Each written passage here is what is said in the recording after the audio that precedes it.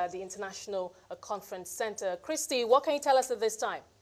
Yes, Esther, like you very accurately alluded to earlier, Inec has indeed cited reasons cogent enough to support their postponement of Nigeria's elections, and they've said they had to review the implementation of logistics and operational plan, as well as the need to determine the determination rather to conduct free, fair and credible elections for Nigeria. They even went as far as being transparent enough to admit that the elections were no longer feasible today. On one hand, you would say that that is transparent, feasible, maybe at some point credible. But the flip side of that credibility that INEC has been trying to demonstrate is that this postponement now questions the credibility of Nigeria's election umpire. That's the Independent National Electoral Commission.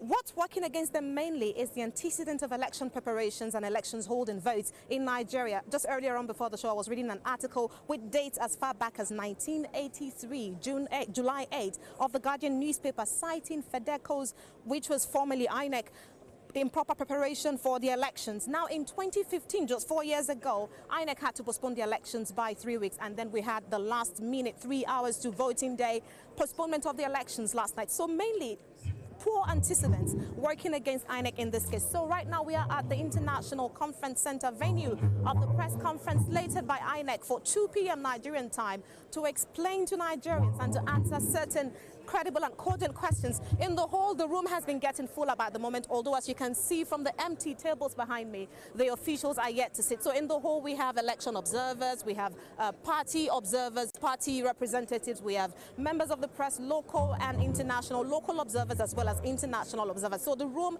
is indeed getting fuller by the minute, but the press conference is yet to start. We'll be looking to get INEC to answer questions, really coded questions like, does the postponement of Nigeria's election mean now that INEC has 7 more days to address issues of disenfranchisement coming from the burning down of some INEC offices, the loss of PVCs, the inadequate time for Nigerians to pick up some of their PVCs? Will INEC now say within the next 7 days they'll be able to address these issues? These are some of the questions that we'll be looking to get INEC to answer to at the press conference. Also, were sensitive materials disbursed earlier before the cancellation, or were they not? We did get to speak to some polling officers at their units this morning. Those are the core members that we spoke to earlier, who said that they did take delivery of some non-sensitive materials. So we'll be looking to see if INEC will be able to answer questions as to whether or not those materials were effectively retrieved such that they were not tampered with, and if this will not in any way question the credibility of Nigeria's elections.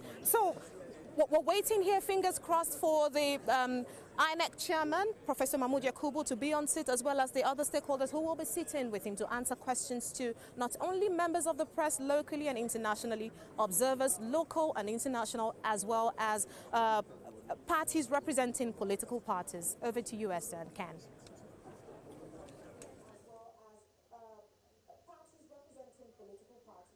All right, this is 15 minutes after the meeting was supposed to have started. Do you think we're seeing the kind of urgency, from INEC to get this meeting and this briefing out so that people will know exactly what is happening? Christy Cole? Okay. All right. Ken, could you please take the question again?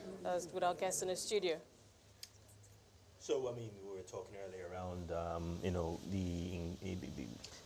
I think Chris Cole is back up now. Okay. Chris Cole, like I was trying to say earlier, do you think we're seeing the kind of urgency from INEC to get this press briefing, going? I heard you clearly. Earlier you were asking whether or not I did see some sense of urgency from INEC as to whether or not they were ready to get the press conference going.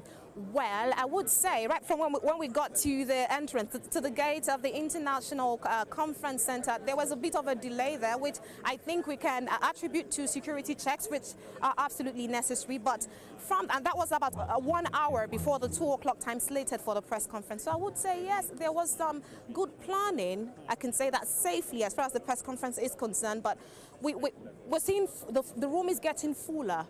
You can hear the audio getting checked at the back. So maybe we can't exactly question the sense of urgency attributed to planning of this press conference. But what I do think is also important to note here is they did state in the press release they sent out earlier calling for this press conference that there would be a stakeholders meeting ahead of the press conference. So let's say that the stakeholders meeting is going on in some room that we do not know about, and when they're through with that, they will come to answer these questions that members of the press and the observers are waiting to get answers to. You can hear the audio checks going on behind me. Thank you so much, Christy, for that. I will, of course, touch base with you again when you have more to tell us. Still in the